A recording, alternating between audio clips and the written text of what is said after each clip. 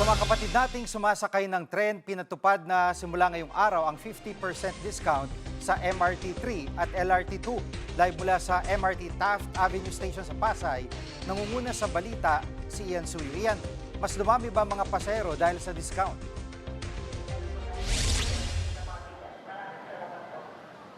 Alam mo, Jiggy, kapansin-pansin nga yung pagdami ng mga pasahero ngayong Monday rush hour dito sa Taft Station sa MRT3. At dahil nga dyan sa pagpapatupad yan ng malawakang 50% discount para dito sa MRT3, pati na rin sa LRT2. Kaya yung ilang mga nakausap nga natin kanina, ang hiling nila, sana daw magtuloy-tuloy na yung ganitong klase ng diskwento.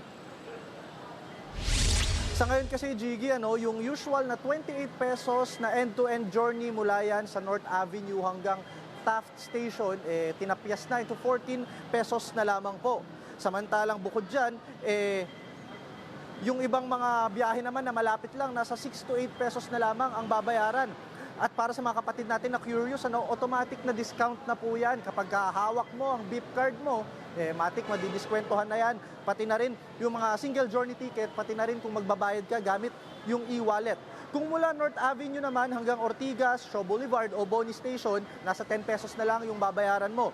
At kung mula North Avenue patungo naman sa Guadalupe, Buendia at Ayala Station, nasa 12 pesos na lang yan. At kung patungo ka naman ng Magallanes Station, 14 pesos na lang.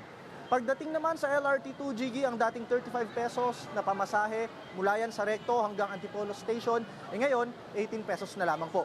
Mas mura pa kung gagamit ka ng stored value card kung tawagin nga, dahil dito 33 pesos lamang yung original price at magkakaroon ka ng discount na 16 pesos and 50 centavos. Kaninang umaga pa nga lang, mahaba na yung pila sa mga ticket counter ng mga stasyon dito ng MRT at LRT2. Kasabay ng dagsa tuwing Monday rush hour ang pagpapatupad ng diskwentong yan. Kaya yung mga commuters, sinusulit daw yung diskwento dahil bawat piso na natitipid nila ay malaking bagay para sa kanila. Pakinggan natin yung mga naging pahayag nila. Papunta pa lang po dito 8 pesos po. Malaki pong discount. Bali pang dagdag pambili ng pagkain sa budget sa pagtrabaho. Sana tuloy-tuloy na kasi syempre lalo ngayon mahal ang gasolina. So need talaga yung ganyan discount.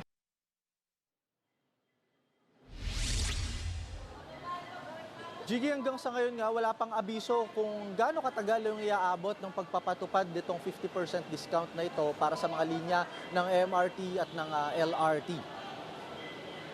At iyan, sa dami ng pasahero ay nakakondisyon ba yung mga tren at sapat ba ang mga biyahe nila?